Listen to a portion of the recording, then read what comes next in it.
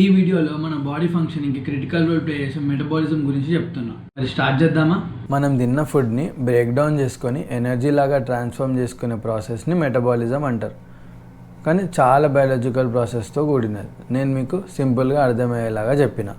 మన బాడీ ఒక next level machine లాగా పనిచేస్తుంది. ఎనర్జీని క్రియేట్ చేసుకుంటుంది, స్టోర్ చేసుకుంటుంది, యూజ్ చేసుకుంటుంది.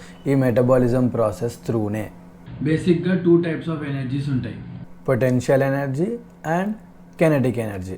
మనం స్టోర్ చేసుకుని తర్వాత యూజ్ చేసుకునే ఎనర్జీని పొటెన్షియల్ ఎనర్జీ అంటారు.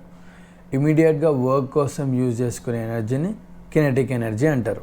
Human body limited amount of ఎనర్జీని స్టోర్ చేసుకోగలుగుతుంది, కానీ మన బాడీ ఎప్పుడు ఎనర్జీని యూజ్ చేస్తూనే ఉంటుంది, పడుకునేప్పుడు కూడా.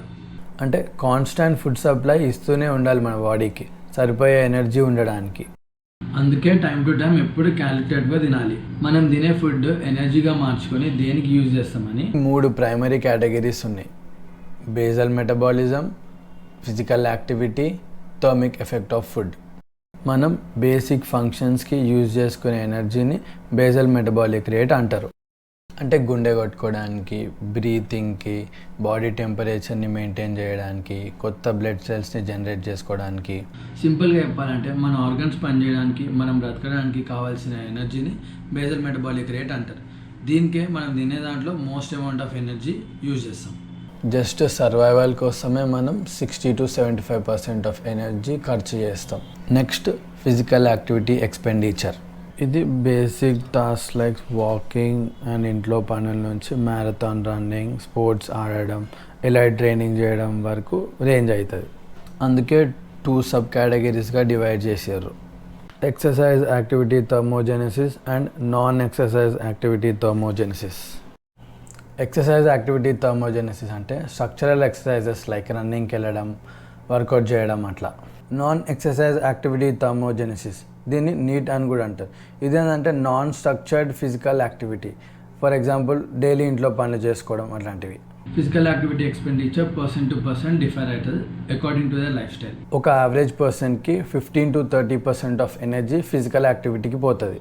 ఫైనల్గా మనం తిన్న ఫుడ్ని డైజెస్ట్ చేసుకోవడానికి కూడా ఎనర్జీ కావాలి. అంటే మనం తిన్న ఫుడ్డే కొంచెం ఎనర్జీ డైజెస్ట్ చేసుకోవడానికి ప్రొవైడ్ చేస్తుంది. దీనిని థర్మిక్ ఎఫెక్ట్ ఆఫ్ ఫుడ్ అంటారు. అప్రాక్స్గా 10% ఎనర్జీ థర్మిక్ ఎఫెక్ట్ ఆఫ్ ఫుడ్కి ఖర్చు అవుతుంది.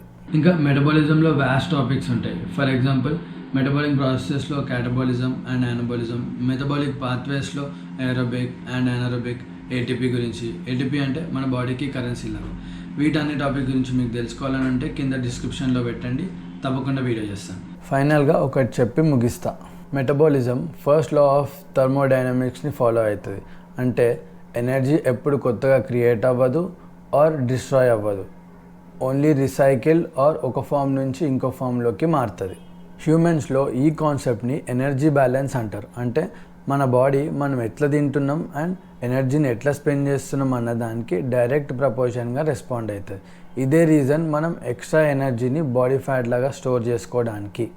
BMR, thermic effect of food, మన ఎక్సర్సైజ్ ఇంటెన్సిటీ అండ్ టైం, మన గోల్ ఏంటి అంటే ఫ్యాట్ లాసా, మజిల్ గెయినా, ఆర్ స్టామినా పెంచాలా, ఆర్ స్పీడ్ పెరగాలా, ఇవన్నీ కన్సిడర్ చేసి ఒక స్ట్రక్చర్డ్ డైట్ అండ్ ఎక్సర్సైజ్ ప్లాన్ని ఫాలో అయితే అప్పుడు మనం అనుకున్న రిజల్ట్ వస్తుంది. ఈ వీడియో నుంచి మీరు ఏమైనా నేర్చుకుని లైక్ చేయండి, మీ ఫ్రెండ్స్కి షేర్ చేయండి అండ్ కన్సిడర్ సబ్స్క్రైబింగ్. ఈ ఛానల్ నుంచి మీరు ఏం ఎక్స్పెక్ట్ చేయాలో ఈ ఇంట్రో వీడియోలో చూడండి. నా పేరు వంశీ.